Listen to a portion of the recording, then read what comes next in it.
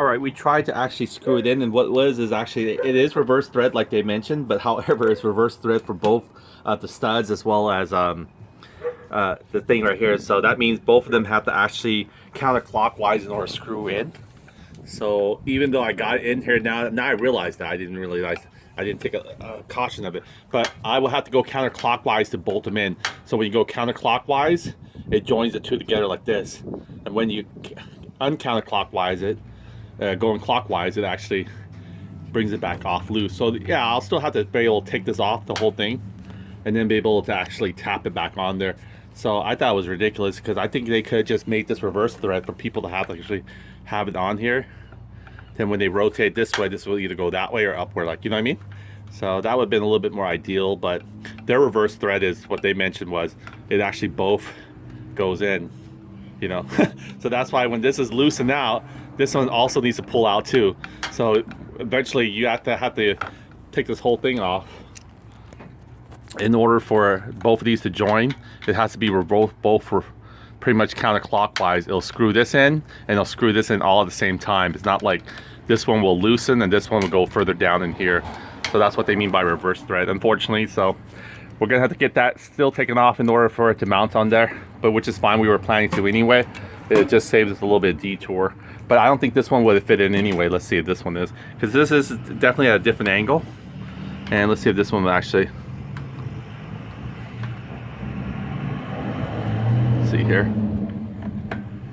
I'll be damned. This was almost there, but still be the same situation. So we need to take it off anyway, eventually do it. So let's just go and get started on pretty much getting our hose here to not cross over. So we'll break the tie strap. We'll have to redo the tie strap situation again. And how we're gonna do this a little bit more easier, more cleaner. I think we probably have a little bit more slack now. Let's see here.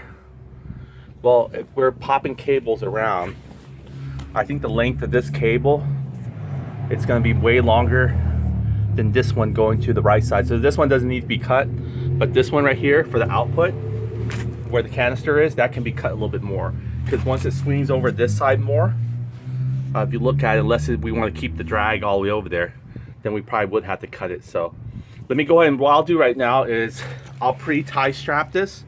So I'll have it tightly to where I want it to, so it won't tug on this end. And then we'll see how much slack we have here to be able to cut it, okay? So this is what we'll do. Let me go ahead and get that prepped up ready. I got my Anchor. I use the Anchor battery portable charger. It's a little bit more easier. It keeps this charged almost 3 times, so this should last me throughout my video. And then I don't have to carry, you know, an AC wire along. So that's kind of a little bit more convenient for me. It's a 5,000 milliamp battery. So it's kind of smart when it knows that your battery is fully charged. It doesn't actually recharges over again. So it doesn't just keep it on the on mode. It almost turns it off for you. And it automatically turns it on when you actually plug it in. You don't have to push a button or anything. So that's convenient. So what I'm going to do again is let's go and break this tie strap and redo the tie strap situation. Use our trusted cutter here. Or this one sort of. These mouths are pretty good for cutting. Just want to make sure I cut it, not so scary. There you go. Look at that. It just eats it right up. There. Look at that. I can cut right through. Okay, so I'm going to show you how I actually got this on last time. So let me go ahead and pull this out. And let me go get some brand new tie straps here. And we'll start the process. Okay, which I don't have here. Let me go and grab the tie strap from inside real quick. And we'll be right back. I'm putting gloves on because I know there's going to be a lot of oil coming out. In fact, before we even take it out, let's check the oil level and see where oil level is at. So, let me go and get a clean soft paper towel. Start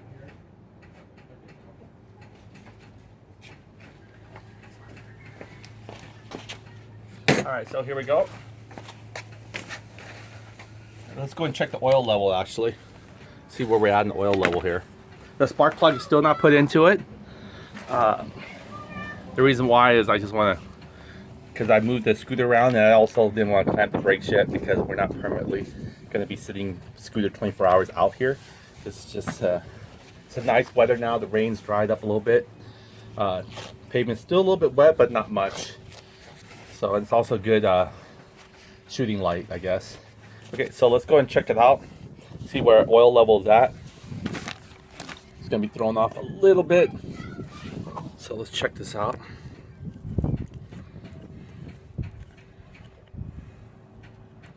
Okay, that's really nice and clear.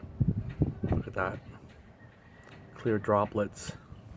So we really want to keep it that way. Okay, so wouldn't be a bad thing to get the oil drained out again and have it flushed, especially a new radiator. But let me go and get this wiped down a little bit. Wipe inside a little bit, that way it doesn't throw off our reading. All right, there we go. Just kind of dip it in there. Just try not to touch anything. Leave it in there for a second. Don't even screw it in to be able to get accurate reading here. Okay, here we go. You can see here, it's still kind of way up there. It's like almost like 3 centimeters, I want to say, from the dipstick area. So that means there's a little bit too much there, so we're going to do it again. What? Hopefully this will give it a little bit more accurate reading. Okay. There we go, look at that. So it's almost a good, I could say, half an inch away from the XX. That's quite a bit. So it looks like we can probably take out some oil. Maybe we'll do that unintentionally, because we have to actually, let's go and screw this back on. So the oil there looks pretty well, but I'm gonna go ahead and do that now. Let's go ahead and prepare to do this tie strap here, because this is going to secure the line to the base here. An overall overview of what we're dealing with here. So we got a radiator right there. Coming from the top, you can see a little bit of the radiator, the 2 hose line, and then we have the oil canister. It's being crisscrossed right now. Sorry, don't get confused with the throttle cable. It's also blue color, but we're going to try to see here.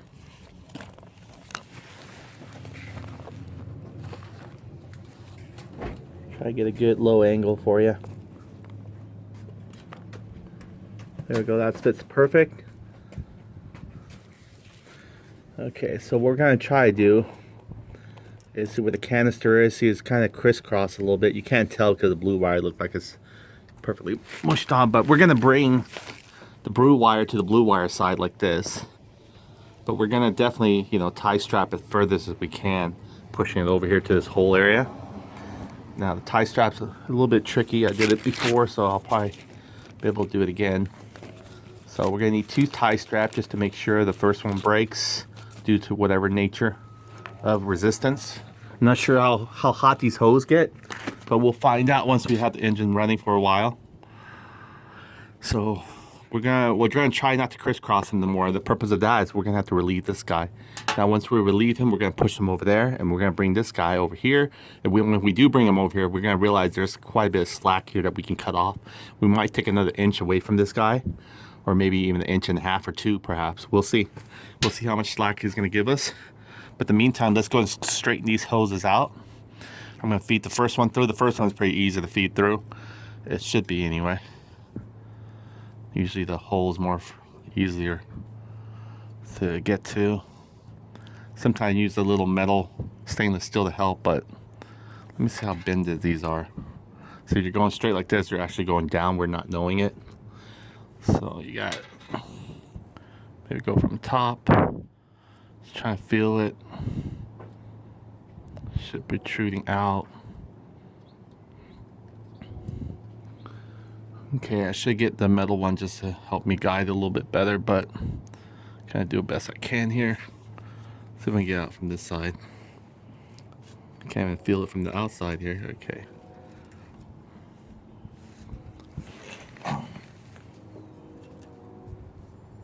Okay, I can get this through here. Maybe by some luck it comes through the hole, huh? There, I see it actually. Wasn't too far off. There we go. So I could have got it out here. Now that means, okay, I'm gonna stick it Just have it ready, I guess. Okay, so what I want to do is get the next one. Probably have to do the same thing with this one. This one's straight, you can see it's cut off, so that might actually help much better. Maybe it's a good thing to cut that little curvature off. So there you go, tidbit here. But I believe the cable is being bented on its own. But don't worry about where you're going to rearrange it right now, just get it in there. So let's try to feed this guy back in here. That way we'll have two tie straps for a little more security hole. All right. Hopefully this guy will help us and tie it, but it's not.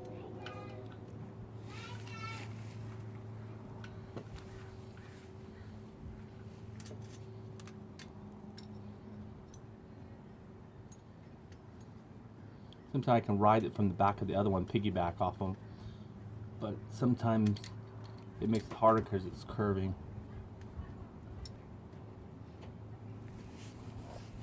So nowhere. Okay, this one might be. You would think just feeding tie straps shouldn't be this difficult, especially if they're straight.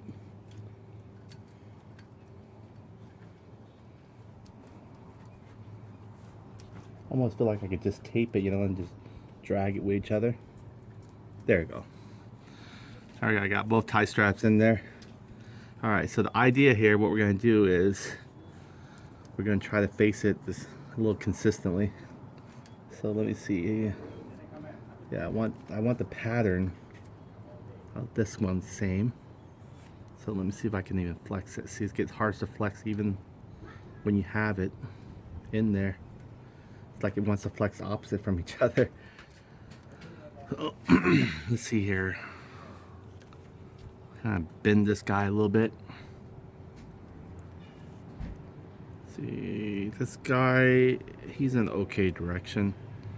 This guy is not, either one of the two. So this guy is not yet in okay direction.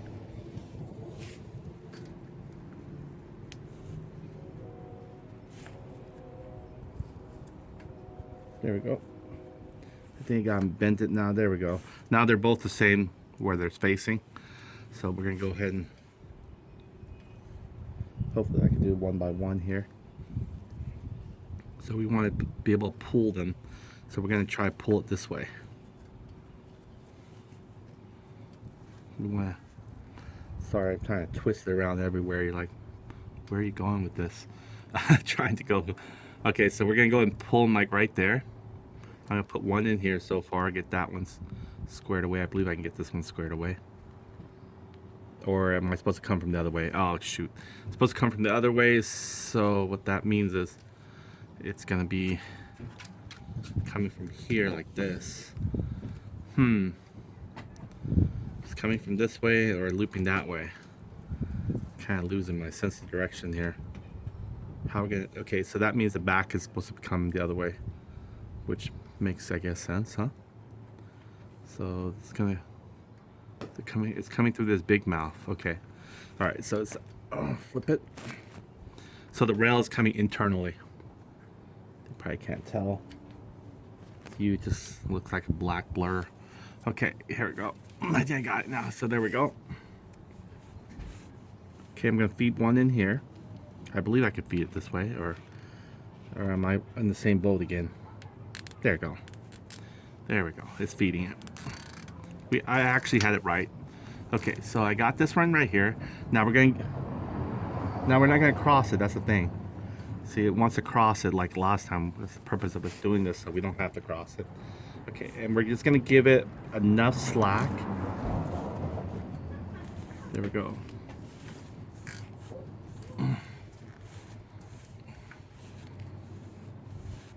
Okay, then we got one more to pull, and we can pull. I shouldn't tie it down yet. We want to pull this guy too, so we're going to give him the same treatment. See if I can yank it forward here. There we go, it's coming.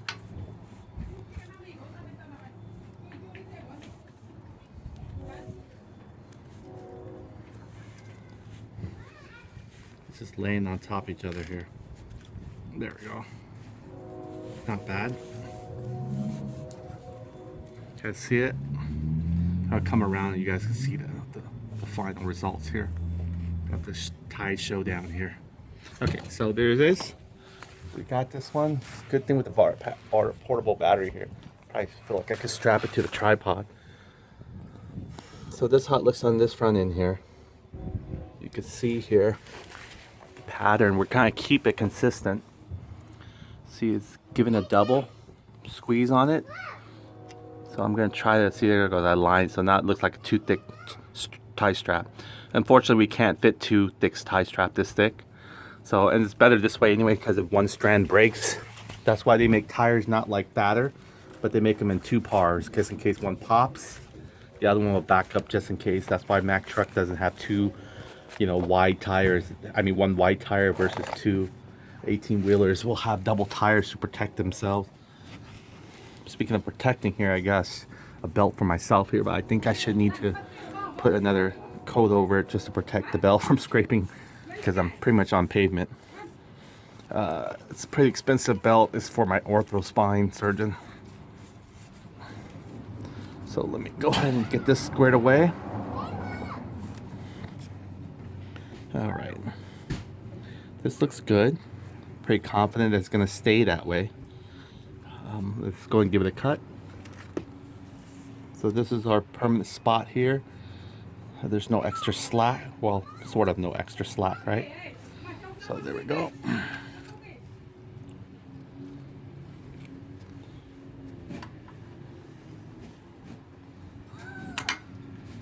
Careful with this. It cuts very well. So you can easily just go and snipe that. You see how easily it cut the holes. So now it's up to us here to swamp these guys together. So how we're going to do that is going to be up to us. This gives enough slack. It's not like serious tension here where it's putting pressure, I believe, or it shouldn't. Where it's putting pressure on these hoses here. But they are apart. That's enough here. You notice here that this guy right here, get him in here, he does look like his banjo bolts are kind of twisted toward the right more as we're facing him, like right now. See, he's actually, well, if he's facing the direction of the scooter, it would be to his left, but this guy here, the banjo bolt is kind of tilted an angle right more. So maybe we can straighten him up and just have him sort of, well, we do want him to go that way because we might just want to twist this guy also along with him. So we'll take a 12mm and twist the canister a little bit toward the right too, and then we'll try to lock it up. So let me do that. Show you guys a little bit more inside the world of the banjo bolts. If I hit this bar, there we go. Much better.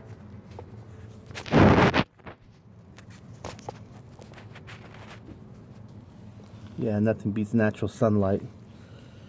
So what I'm going to do is move this guy right here toward, well, we're facing it toward a little bit clockwise. I got to clockwise him a little bit more toward the right. That way he can just sort of hold his own. Right now it is a direct line sort of, but I kind of prefer, or even maybe move this guy to the left. Let's see what kind of slack we can give each other here. I know the minute I break the bolts, depends how well those crush washers are going to work. You might start getting a little drip of the oil, so I'm going to be prepared. I got a little painter can here. I'm going to try to get in there. There we go. That will catch a little bit of fall, even though it's on cardboard and everything else. Just don't want any more mess than we need. Okay. Let me go and get this squared away. Okay.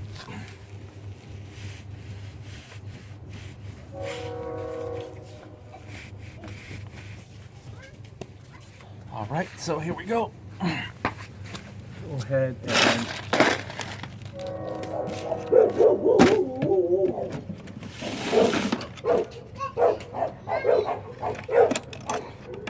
get a 12mm socket, because that's what it'll take to break it. or to tighten it. I'm gonna get one with extension.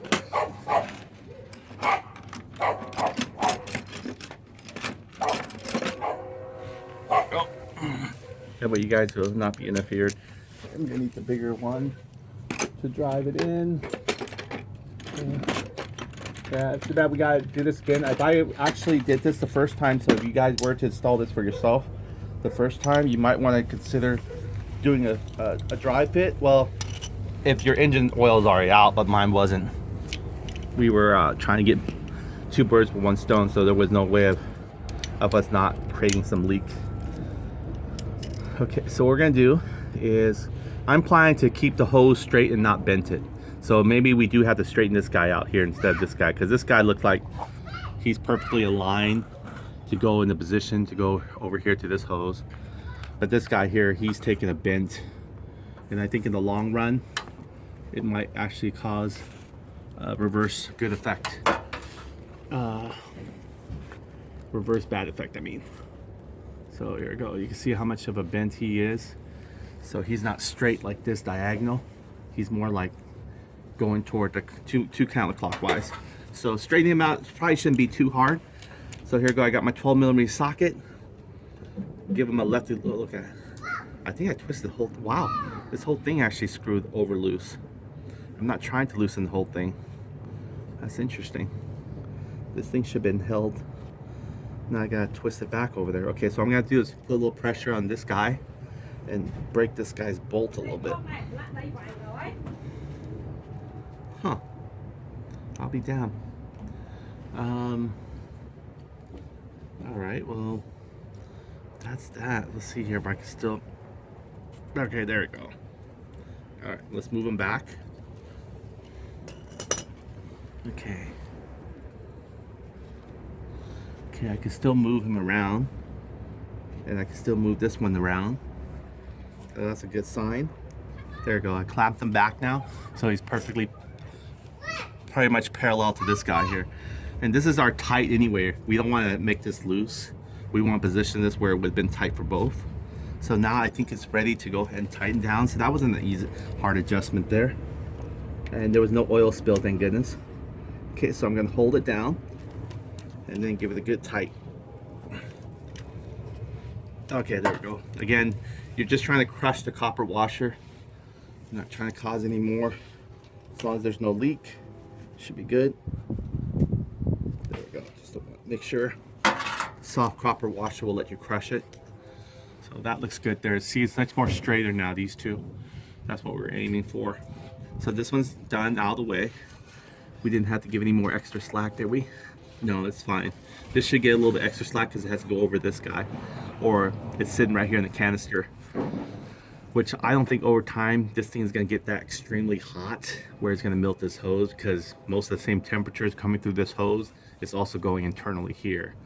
But on the outside surface, it might be a different story, but we'll see.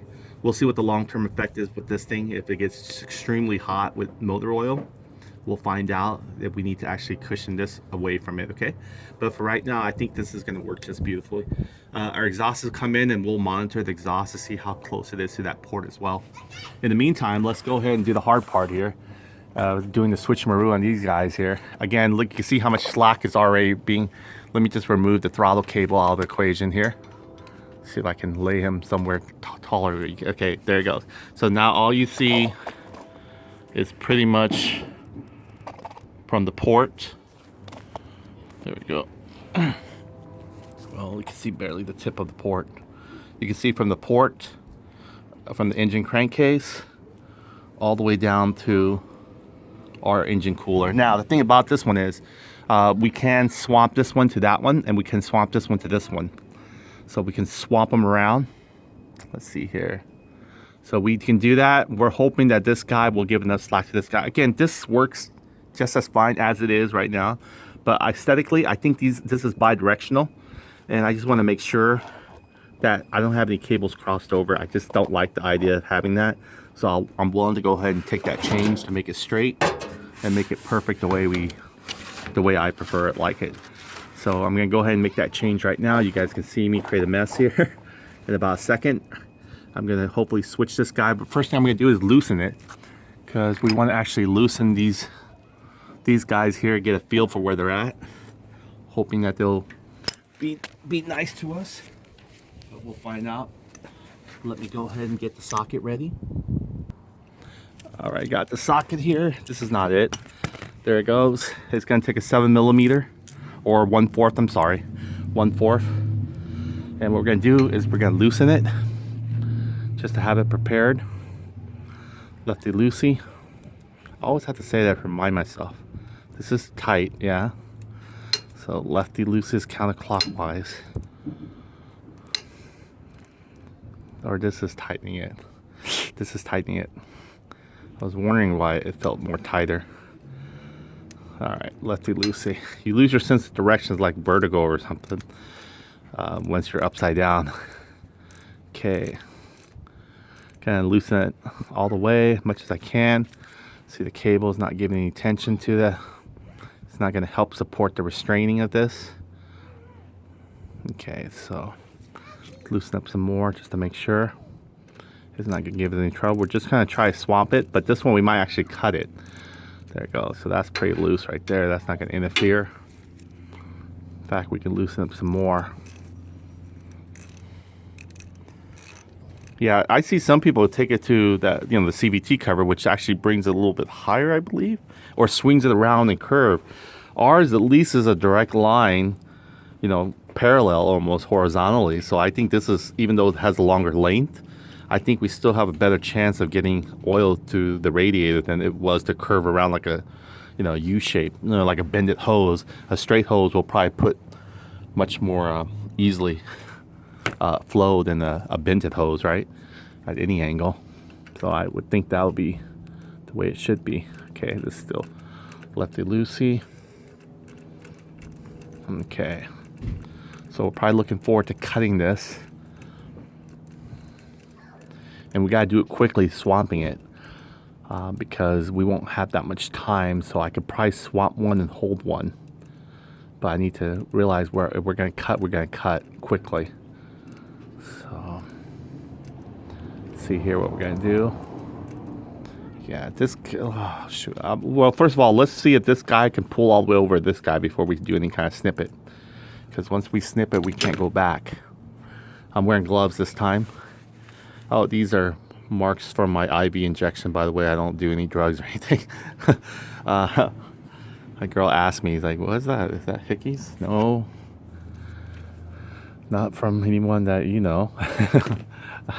It's IV injection since the thing. It takes about 2 weeks since my last injection for my epidermal shot for my back. Sciatica nerve pain, bulging disc, lower L1 or L4. I can't remember. Okay, so what I'm going to do is try to, first of all, if I start yanking, you're going to see a bunch of fluid coming out. Let's go and get that old canister in there. I'm going to try to not have a clean finger. Please, I try to keep that old canister. I haven't washed it yet, so it might be perfect. I'll bring it in here, and then if it drops, we'll have it catch.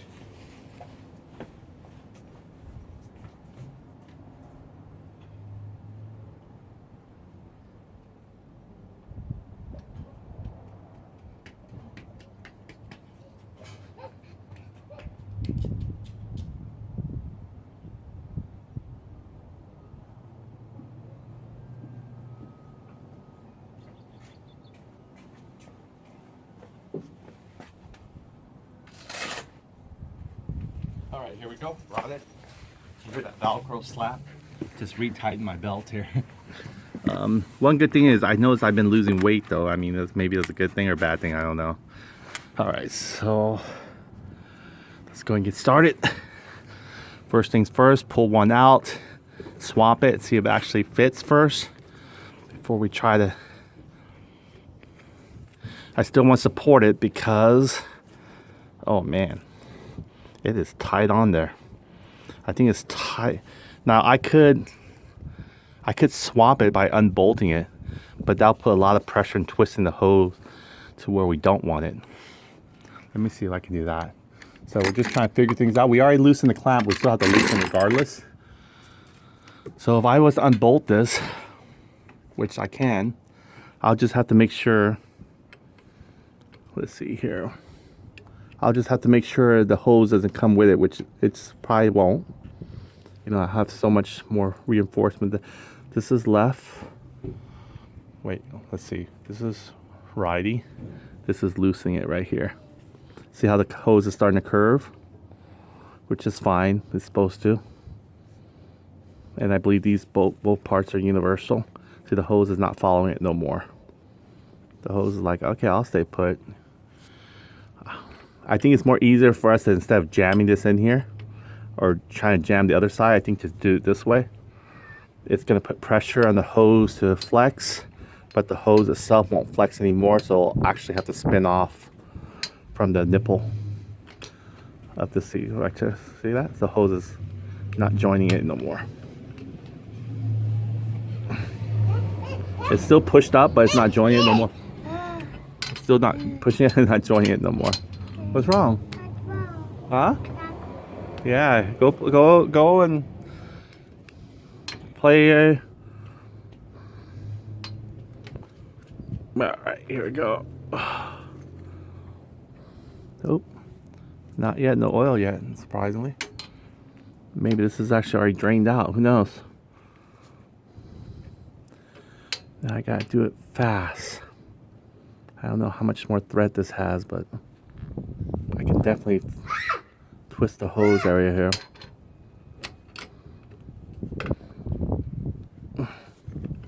I'll probably hold on to the last thread here, and then what I could do is hopefully that holds everything, and I can quickly swap it. We'll see. I'm glad this hose is actually able to glide itself. Hopefully this is not a long enough thread, because this is going very slowly.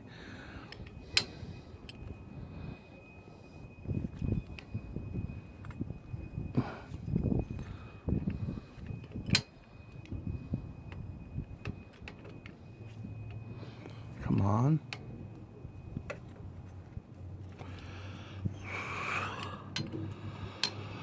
Okay. Almost.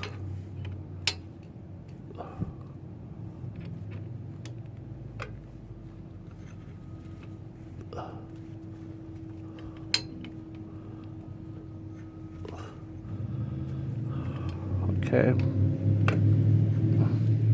Almost here.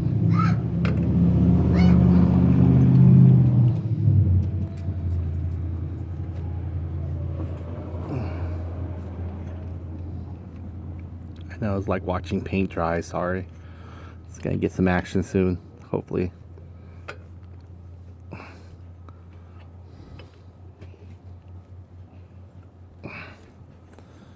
Wow, it's got quite a bit.